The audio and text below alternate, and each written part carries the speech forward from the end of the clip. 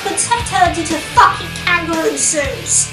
It's not a pretty sight, so thank God for eye candy. Remember when the most pointless remake I ever looked at on this show was The Women?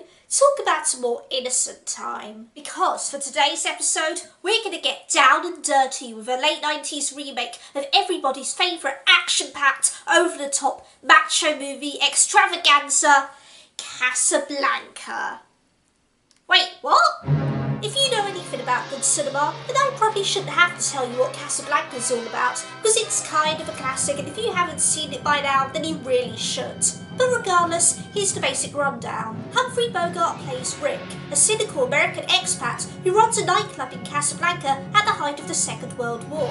And although his cafe's become a haven for refugees seeking a way out from the conflict, Rick himself refuses to take sides, claiming that he sticks his neck out for nobody. Yet that all changes one night when old flame Ilsa walks back into his life, accompanied by her husband Victor Laszlo, a famous resistance leader in dire need of a pair of transit letters in order to escape arrest from the Germans, and it seems that Rick is the only one who can help them. But as he and Ilsa start to rekindle their romance, Rick is forced to decide whether or not to let the love of his life leave him for good, all culminating in one of the most iconic movie endings of all time. If that plane leaves the ground and you're not with him, you'll regret it.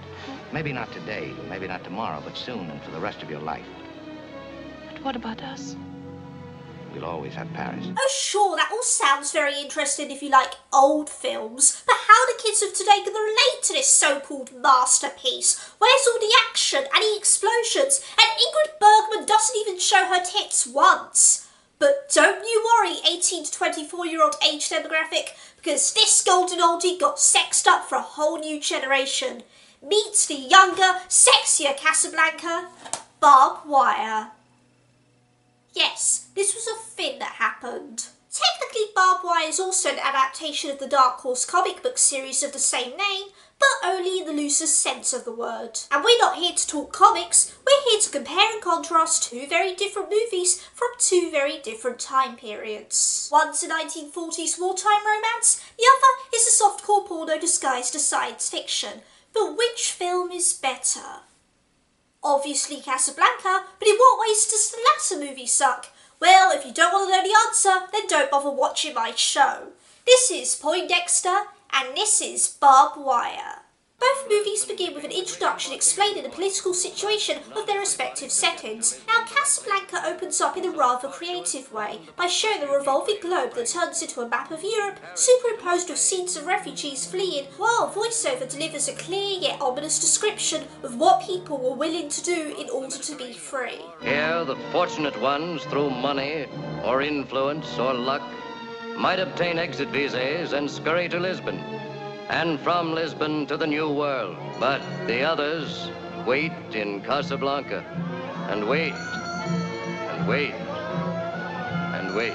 So, that managed to get a lot of information in a matter of seconds, while still being easy to understand and managing to grab the humble viewer's attention. Show me what you've got, Barbed Wire. Oh, a big long wall of text. How inventive. Every city in the nation is under martial law, except one, Steel Harbor, the last free city. Yes, I'm sure all of this backstory is very interesting. But come on, film, haven't you heard of a little something called Show Don't Tell? You're just telling us about this dark and edgy dystopia. When are you going to actually show us something?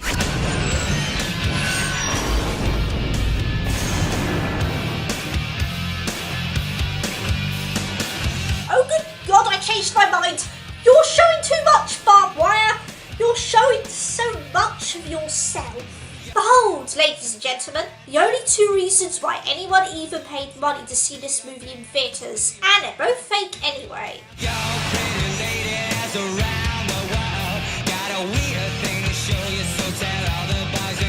Just what am I supposed to say about this? It's Pamela Anderson doing a sexy dance while splashing around in water. It has no artistic integrity nor any relevance to the narrative other than to give the mostly young male audience blue balls for days. And is fan service really the best way to make your leads in Lady memorable? I mean, how do you feel if I opened my show like this from now on?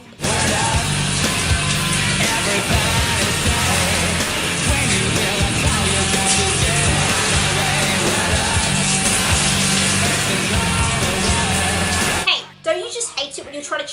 the strip joint and one of the dancers murders a guy. This sexy psychopath is our titular Barb Wire, played as of course by Pamela Anderson. She's a bounty hunter going undercover inside a nightclub in order to rescue a girl being held hostage. What are you doing? Ever see Batman? Affleck or Lego? It is 2017 after all. Oh, did I forget to mention, this film is set in the dark and gritty future of 2017, during the Second American Civil War. I wonder if the person who wrote this movie now works as a psychic, because clearly they've been blessed with the gift of foresight. What they haven't been blessed with, however, is the gift of writing good main characters. Look at a scene where our morally ambiguous protagonist delivers the girl back to her parents. I'm afraid there's been a slight problem. I could only come up with half the money. Half the money? Fine. I'll take half your daughter. I'm a strong female character and I'm always here to save the day. Now give me my money or your daughter dies. Sure, in Casablanca, Rick often protested that he'd stick his neck out for nobody, but that was only because it seemed to him like the easiest way to survive in the world torn apart by war, and he was emotionally wounded by the sudden departure of the woman he loved. Barb Wire, on the other hand, is just an asshole that hates everyone and everything, and she especially hates 2017. The year was 2017, the worst year of my life. In all fairness, same girl. There was only one free city, and that's where I lived for 3 years. Port Steele Harbor. What a shithole. It's a fucking shithole. Fucking shithole. We then cut to the battered remains of the House of Congress. It's like this film is trying to be smug. Where we see... well, whatever it is, it's clearly someone's fetish. Where's Dr. Prina Devonshire?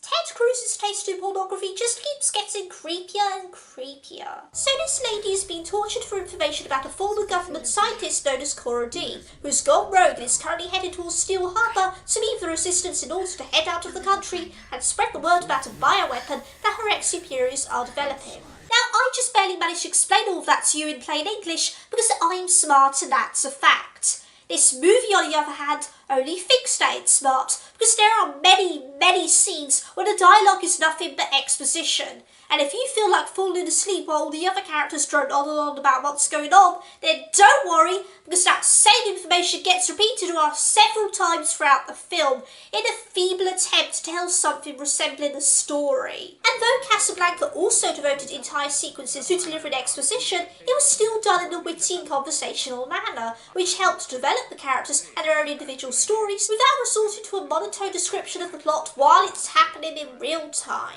Rick, there are many exit visas sold in this cafe, but we know that you've never sold one. That is the reason we permit you to remain open. Oh, I thought it was because I let you win at roulette. That is another reason. Barb Wire doesn't want to be original or creative, it just wants to retell Casablanca in a way that seems cooler and sexier. But even then, the changes it makes to fit its own fictional universe just scream trying too hard. For example, on top of being a sex pot / mercenary, Barb also manages her own nightclub called the Hammerhead. Just like how Rick ran his own gin joint. Except that the narrative purpose of Rick's cafe was to subtly remind us of the hardships that people faced in the Second World War, as the patrons drink to escape their troubles and bet money in the hopes that will lead them to freedom. And the narrative purpose of the Hammerhead is to make us cringe at the 90s. Look at how gritty everything is. Check out all the leather and chains. And who needs sound when you've got Riot Girls? We're so different and unique, yeah!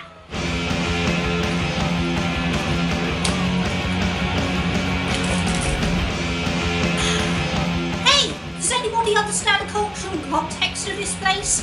I mean, why are we here exactly? To escape the troubles of the outside world? To rendezvous with resistance so we can fight the power? Or are we just gonna drink till we puke? Yeah! Woo! Our society is defined by edginess and nothing else! But who cares about world building? Here's Pamela Anderson on the motorbike. Any 12-year-old boys horny yet? I had to do a little moonlighting to keep my bar running. Not an easy life. A girl's gotta do what a girl's gotta do.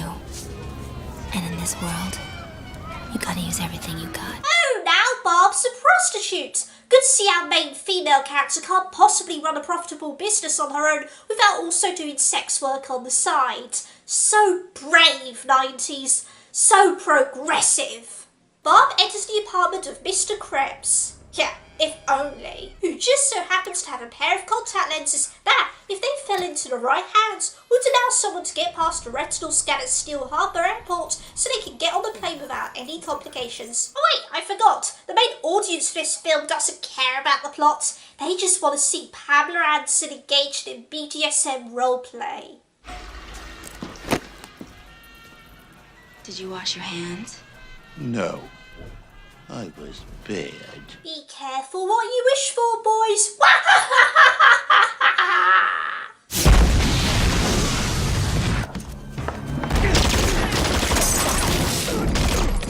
Check out Barb Wyatt firing bullets at everybody. If she were truly misogynistic sex fantasy, would she kick this much ass? I think not. You really know your stuff, babe. What did you call me? Don't call me babe. I'm telling you guys, Barb Wyatt can't possibly be sexist because she hates being called babe. And if you think she's a sex object, then that's your fault, pig. Laziest attempt at deflecting criticism ever. Later that night, Barb gets a visit back at the Hammerhead from Willis, the chief of police with a few moral scruples of his own. Did I mention that this is all based off of Casablanca? I wonder which character Willis is supposed to be. Well, mademoiselle, he's the kind of man that, well, if I were a woman and I were not around, I should be in love with her. Well, what if Rick was a woman instead? You'd be all over her. Oh, that's sexual harassment, Chief. Now, one could interpret Rick and Louis' beautiful friendship as being a touch homoerotic in hindsight, but this hetero version just cuts to the chase, outright confirms they're fucking. I'm not sure whether it's supposed to be a statement on the relationship between the original characters or sexual cat and mouse for the sake of it. My money's on the latter. Add it to my tab, Miss Kopetsky. Boom, boom, boom. Miss Kopetsky died in the war. I'm Barb Wire. I'm sorry. The old Kopetsky can't come to the phone right now. Why? Oh. 'Cause she's dead. Give me my drink. Sir, we're not open yet. I think you've had enough already. Ah, blow me. Camille, package check. Ah, get her off! Get her off of me! That's Camille. She works here. So there's this really powerful scene in Casablanca where upon seeing a group of German soldiers in Rick's bar sitting direct on Rhine, Laszlo gets the band to play La Marseillaise in response, and a singing of all the other customers completely drowns out the Nazi sons of bitches. And though this movie might seem like historical fiction now, it was actually made during World War II, so its already poignant sequence meant something even back then. Heck, one of the actresses in this scene, Madeleine Lebeau, was a French expat who fled Paris in 1940 to escape the Germans, and those are real tears in her eyes. This wasn't just a dramatic retelling of one of the darkest periods in world history, this was real life. And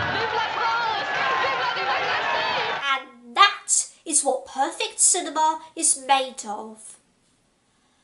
Barb Wire has a scene where a dog bites a guy in the crotch and won't let go of his balls, and it doesn't add anything to the plot whatsoever because fuck you, Casablanca. Who needs emotional storytelling when you could have that?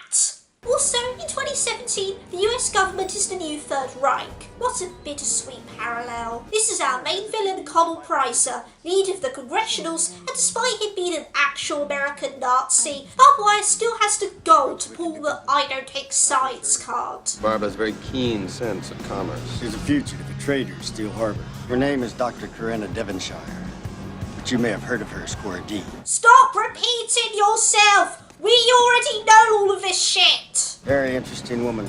With most impressive assets. Barb Wire has tits. I hadn't noticed. But of course, it wouldn't be a Casablanca remake without the unexpected arrival of Laszlo and Ilsa, or in this case, the aforementioned Cora D and a freedom fighter named Axel. Needless to say, Barb isn't very happy to see her ex-lover again. Get out.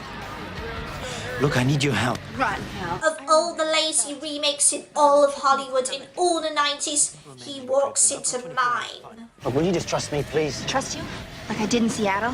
What happened in Seattle is not what you're thinking. I never wanted to hurt you. Seattle's this movie's equivalent to Paris. Seattle. I just... fuck it. I knew it. I knew I shouldn't have come here. That woman's in love with you. How did you know? You barely even saw her. Also, Laszlo didn't let slip that he already knew about Rick and Ilsa until the very end. But then again, subtlety has always been Barbed Wire's least favourite fucking word. Cora and Axel make their way to the top secret resistance base, which seems to be run by even more Etienne and Val eyesores of the 90s. We've been looking for you. I never thought I'd meet the legend in person. I'm Commander, here they call me Spike. You're so young. Maybe, but I'm tough. That girl's a robot voice. No reason why, it's just cool. The robot chick warns them that the Congressionals are still looking for the lenses, and Barbed Wire is their only hope to get to them back within 24 hours. Speaking of Barb, she's currently having a cheesy war flashback, as she remembers when her and Axel were separated from each other in the middle of the battlefield. Where's Axel? He's not here! He's not coming! He said he's sorry, but you gotta get out of here! Axel couldn't make it to her in time because... he might be dead and war is bad. It's not like he was secretly married to Cora all along, so as far as I'm concerned, the only reason he mysteriously disappeared was because that's what Ilsa did in Casablanca. Nat and Barb needs a reason to feel an emotional attachment or something. And I'd feel way more sorry for these characters if I saw them, you know, actually interacting with each other in the past and falling in love, but instead, we're stuck with more tedious espionage bullshit. The contacts eventually make their way to the hands of a petty crook who tries to give them to Barb so he can escape the wrath of the Congressionals, but she turns down his offer. You know how much they're worth? You could get 2 mil. Canadian, easy. That's enough money to get to Europe. You could get one of those neuroelectrical operations for Charlie's eyes. I don't buy. I don't sell. So she won't help the resistance because one of the members is her ex. She won't help her brother get eye surgery. And she won't even help herself to get out of this joint. Our hero, everybody! And in a parallel version of 2017, America's only hope against Donald Trump. Is it too late to call the running man? He actually has political experience. Oh my god, somebody tell the government to stop practicing their oddly specific fetishes in broad daylight. This is like Blade Runner's little brother. You know, the bad one locked in the attic that nobody in the family will admit to exist in. She's involved. Yeah, well, you heard what he said. Sometimes all you get are dreams. Well, every man in Steel Harbor dreams about barbed wire. So, let me get this straight. Don't objectify Barbed Wire to her face because sexism is bad, but it's perfectly okay to talk to other people about her breasts and how every guy wants to do her. How dare you, sir? That is so not fair on Barb and her 2 dimensions. Find a reason to search the hammerhead. As you wish, Colonel. As you wish. That day, Price was amazed to discover that when Willis was saying "as you wish," what he meant was "I love you." Axel walks in on Barbed Wire while she's taking a bubble bath, and the fact that she's in the middle of a bubble bath before he came along is a vital part of the story because... Towel. Don't be so modest, Pamela. The internet already saw your vagina in that Tommy Lee honeymoon video, so is all of this attempted titillation really necessary? I wouldn't have come here unless I had to. Oh, I wouldn't be here if I knew you were coming. Oh, God damn it.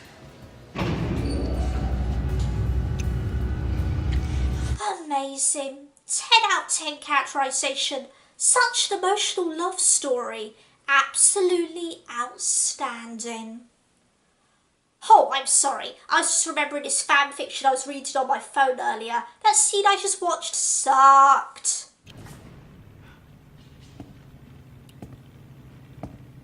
Am I interrupting something? I'm actually starting to soften up to this film's gender politics. This scene perfectly demonstrates once and for all that women can be cuckolds too. This is my wife, Cora D. How impressive. I'm sure you'll have very strong, smart children. Barb's still a twat, though. I was directly but unknowingly involved in a globally catastrophic project, an HIV derivative known as Red Ribbon. When I learned that the Congressionals planned to unleash Red Ribbon on the entire Free Territories, I defected to the resistance. It was Axel that helped me get out of Washington. We know already! Barb reluctantly agrees to help Cora and Axel, but that doesn't stop the police from shutting down the bar with immediate effect. Who are they? I pick them up off the boulevard. I like a good menage every now and then. Get it? 'Cause sex!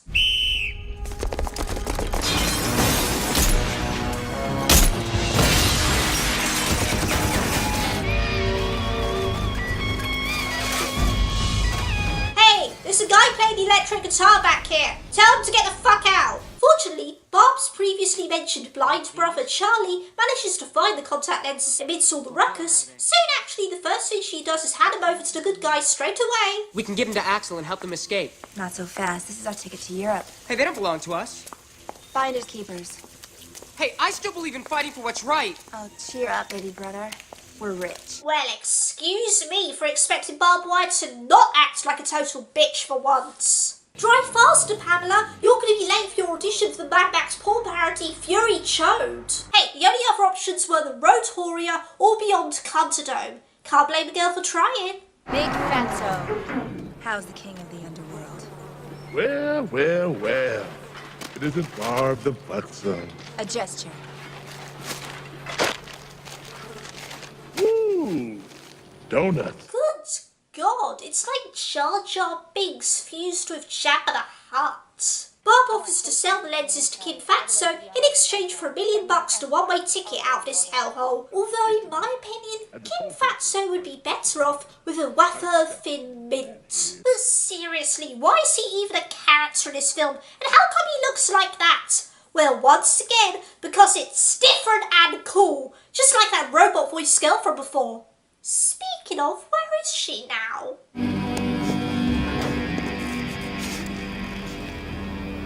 Oh, never mind. Charlie gets arrested and tortured by Pricer and his men, but don't worry, as Barb's brother, he's a very important character, and even though he isn't really based on anybody in Casablanca, I'm sure that he'll make it out alive. This guy has it. What guy? He's fat. Wears a red suit. White beard. Name's Kringle. Chris Kringle.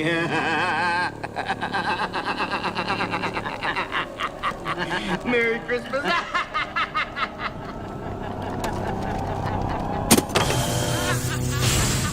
Ah, shit, Charlie.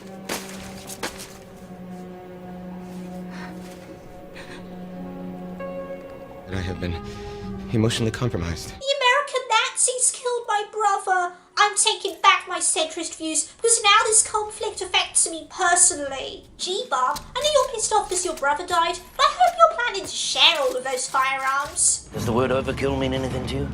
Have you ever tried to drive out of Steel Harbor? No. Then shut up. Why do you have so many guns, Barb? Fuck you! From sexy arsehole to miserable arsehole. That's what character development is all about, right? What the hell do you think you're doing? Back off, Axel. Well, well, well. If it isn't Axel the Freedom Fighter and the famous Cora Dean. Yes, wait now, ho yo. How could you?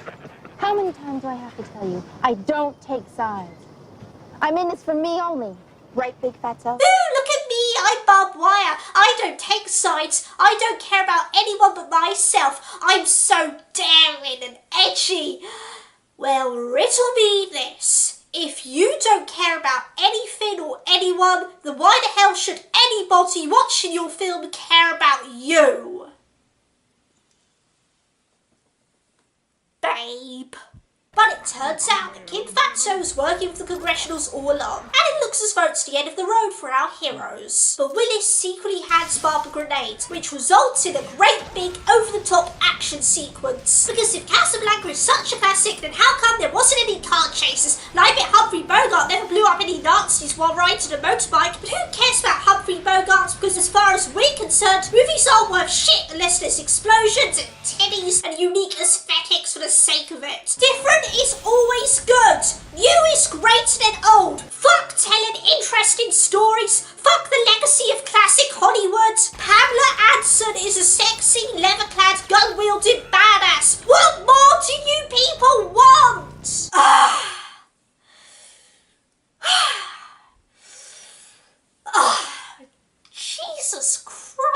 lost my train of thought for a minute.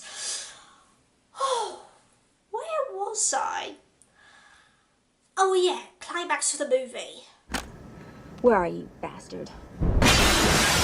He tried to kill me with a forklift. Olé! Jesus Christ, Axel, how come you're physically attacking the bad guys instead of hearing their opinions out and having a reasonable debate with them? Typical Antifa, always using violence to solve their problems. Is this the one that makes it go up and down? Yeah, it does. Which one makes it go around? This one, right here. What about this one? He won't tell you now you've knocked him out, idiot! Interesting fact, Pamela Anderson actually did her own stunts for this movie. I should be more impressed by this, but that would imply Barb Wire was worth the effort. Look at this actual unedited scene in the film and tell me it was worth the effort. For the right reasons. This is just like my favorite song! I got you, babe! Don't call me babe.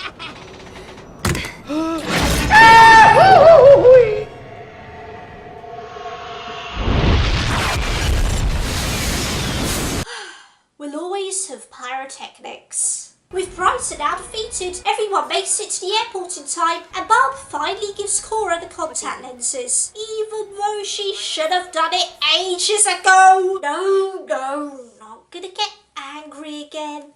We're almost at the end now, so might as well see how this film manages to cock up the classic goodbye scene. So I thought Barbed Wire never took sides. Keep it to yourself. Last call, flight 647. Goodbye, Axel.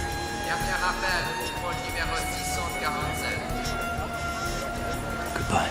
Here's looking at you, bitch. I do believe I'm falling in love. Get in line. Yeah, that was cool, but it was nothing at all like the original ending to Casablanca. Where's Hitler and the piano? That was Barbed Wire, and I have to admit, for a Pamela Anderson-led action movie remake of one of the greatest films of all time, it really wasn't that bad. Just kidding, that was stupid as hell!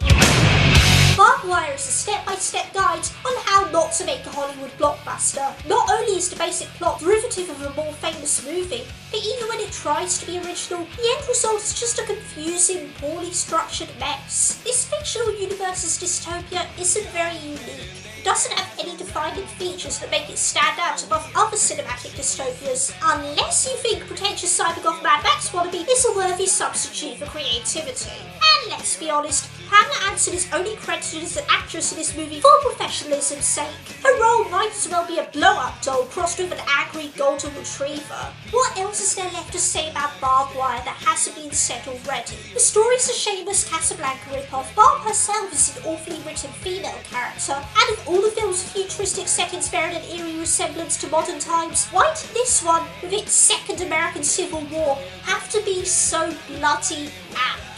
You know how certain old sci-fi movies often took place in a far-off future of the year 2000, and whenever we watch them now we laugh because even though technically living in the future, there's not a single flying car or spaceship in sight?